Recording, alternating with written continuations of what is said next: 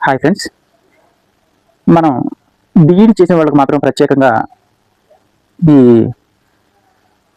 Hostel welfare officer, hostel warden ఈ జాబులు SC ST BC reservation ప్రకారం ఇవ్వడం జరిగింది. 250 జాబులు అని 250 అని చెప్పారు. దానికి ప్రిపేర్ అయ్యేవాళ్ళు కొంతమంది దానికి ప్రిపేర్ అవుతూ ఉన్నారు.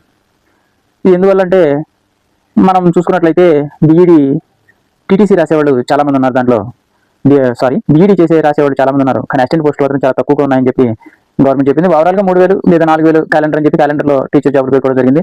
అందులో మీ అందరికీ తెలిసి ఉంటుంది, బీఈడి చేసేవాళ్ళందరికీ అవన్నీ కూడా district wise, caste wise, reservation wise plus subject wise కానీ వాళ్ళు డివైడ్ చేసినట్లయితే కొన్ని పోస్టులకి అసలు కొన్ని పోస్టులు ఉండకపోవచ్చు అని నా అభిప్రాయం. కాబట్టి ఎక్కువ మంది దానికి ప్రిపేర్ అయ్యి ఒక పోస్ట్ ఉన్నా నేను కొట్టగలను నమ్మకం ఉంటే మీరు దానికి ప్రిపేర్ అవ్వండి. లేదు ముందు అవకాశం ఉంది కదా మన బీఈడి వాళ్ళకి అని చెప్పి అనుకుంటే కనుక ఈ హెచ్డబ్ల్యూఓ దానికి ముందు మీరు ప్రిపేర్ అయ్యి అటెంప్ట్ చేయండి. ఏపీపీఎస్సీ ఎగ్జాము, డిఎస్సి ఎగ్జామ్ మాత్రం ఒకటి కాదు.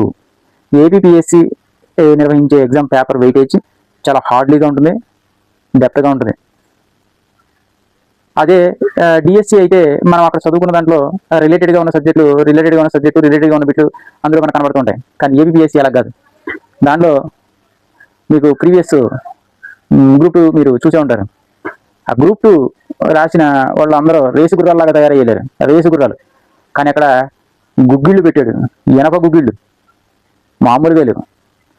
ఏపీపీఎస్సీ చరిత్రలో కాదు 20 మార్కులు ఓన్లీ 150కి 20 మార్కులు వచ్చిన వాళ్ళందరూ కూడా, 20 మార్కులు పైన వచ్చిన వాళ్ళందరూ కూడా ప్రిలిమ్స్ క్వాలిఫై అయ్యారంటే ఆ యొక్క పేపర్ డెప్త్ ఎలా ఉంటుందో మీరు ఆలోచించండి.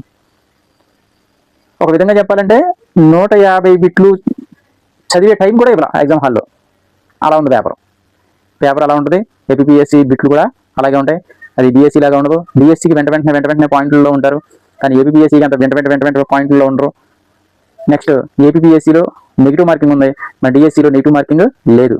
కాబట్టి అక్కడ తెలియకపోయి బిట్టు పెట్టినా పెద్ద ఇబ్బంది లేదు. కానీ ఇక్కడ తెలియక బిట్టు పెట్టినా వచ్చిన దాంట్లోంచి తీసుకెళ్ళిపోవడం జరుగుతుంది. 1/3 నెగిటివ్ ఉంది కాబట్టి మీరు ఖచ్చితంగా దీన్ని బాగా చదివి మీరు అటెంప్ట్ చేయండి. తెలియని బిట్ని మ్యాక్సిమం వదిలేయండి. చాయిస్ ఏదైనా దొరికినట్లయితే మీరు దాన్ని ట్రై చేసి అటెంప్ట్ చేయండి. Okay, thank you friends.